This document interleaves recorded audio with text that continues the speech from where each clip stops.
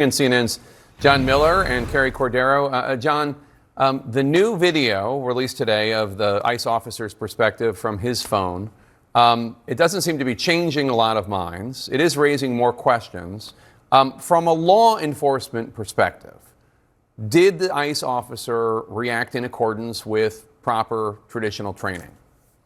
Well, from a law enforcement perspective, there's going to be three parts of that question. Was he tactically proficient? Was he within his agency's policy?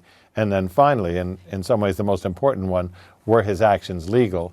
From the tactically proficient standpoint, he circles around the car. Tensions seem to be very low at that point till his partner says, "Get out of the car," and grabs the door handle. At that point, when you look at the multiple videos, you can see as the car backs up and starts to move forward, the shooting agent takes his gun out. And this video is the only video that gives us a window, if not visually, at least through the sound at that critical moment, where it sounds like the vehicle makes contact or impacts the officer. We don't see it because by then his iPhone camera is down in one hand and his gun is up in the other. But we hear the noise and we hear a groan, and then he fires. And then the question is, could the tactics have been better? Could they have de-escalated? Could he have not been positioned in front of the car? What was the reason for him taking his gun out at the time that he did instead of moving further back? Those are all questions that the agency will have to address. And then the question of the shots, Jake, are going to be three questions. He's going to have to account for each one of those shots. What was the first shot for? And as the vehicle is passing him by, the second and third shot, where he appears to be shooting into the window of the car as it's going away from him, meaning the threat is now leaving, what were those shots for? A lot of questions still to answer. And Carrie, from a legal perspective, does this video support the case that this ICE agent acted in self-defense? I don't think that it does. When we're looking at the particular the video that's out right now, I think it shows a little bit more of the context. It shows that he moved in front of the vehicle, so he placed himself in front of her vehicle.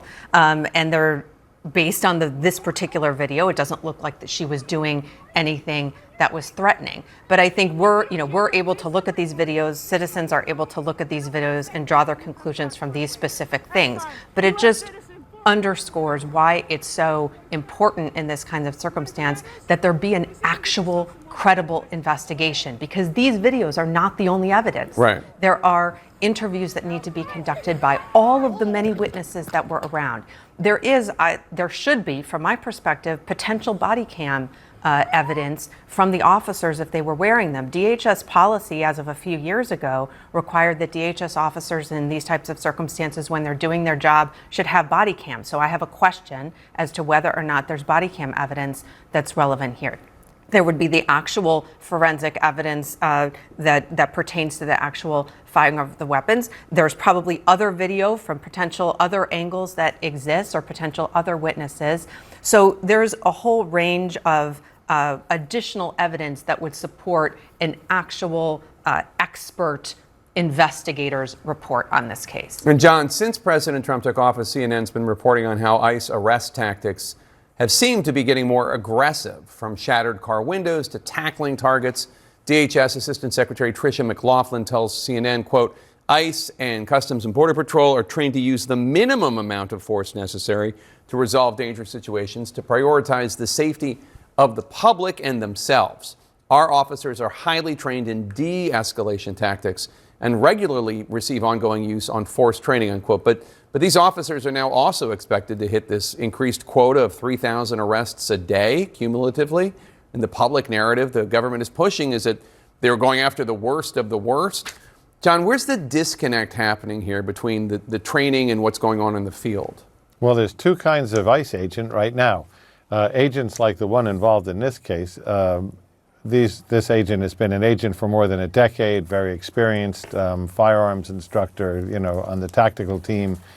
He's an agent with a lot of depth, which raises questions about how could he be in this situation. But ICE recently cut the training time from 6 months to 6 weeks. ICE training at the Federal Law Enforcement Academy now is 47 days. To go on a regular big city police department, that training could be 6 months, 9 months. That's not much training, 47 days. If you are going to have those people out on these dynamic arrest teams doing these high-risk arrests or stops, and you're using some of the least experienced people in the street, but also with the least training, there's a recipe for disaster there. They've had 13 shootings, including 5 involving people trying to get out of car stops, as we saw in this, and 3 involving people who were either impeding or monitoring or filming them. So there's been more gunplay in this effort than most people have heard about out before this incident. And Carrie, U.S. District Judge Sarah Ellis wrote an opinion in November looking at the federal government's treatment of protesters and press in Illinois. And some people are pointing today to that analysis of times that, in her view, the agents were using excessive force. She wrote, quote, "Agents have used excessive force in response to protesters and journalists' exercise of their First Amendment rights without justification, often without warning, even at those who had begun to comply with agents' orders." What did you make of that opinion? Well, here's the thing that I think, requires being underscored, is that exercise of First Amendment activities is something that's supposed to be protected by the police. When law enforcement or in some cases National Guard, when they are out in the public in the context of a protest activity, their job is actually to protect the rights of the protesters to effectuate their and implement their First Amendment rights. So to the extent that heavy-handed tactics are being used against protesters, that's actually against law enforcement, normal way of conducting that. But the one thing I want to mention also, Jake, is I think people are looking for accountability in this particular case.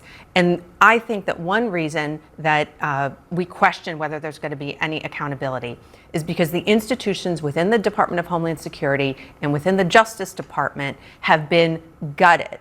One of the most important components for holding this type of incident properly investigated and vetted and potential accountability is the Civil Rights Division of the Justice Department. Those are the lawyers that would work with the FBI to conduct an investigation to determine whether or not, under the color of law, this woman's civil rights were violated in this particular event. In other words, that it was not a lawful exercise of that law enforcement officer's authority. All right, Carrie Cordero, John Miller, thanks to both of you. We're turning next.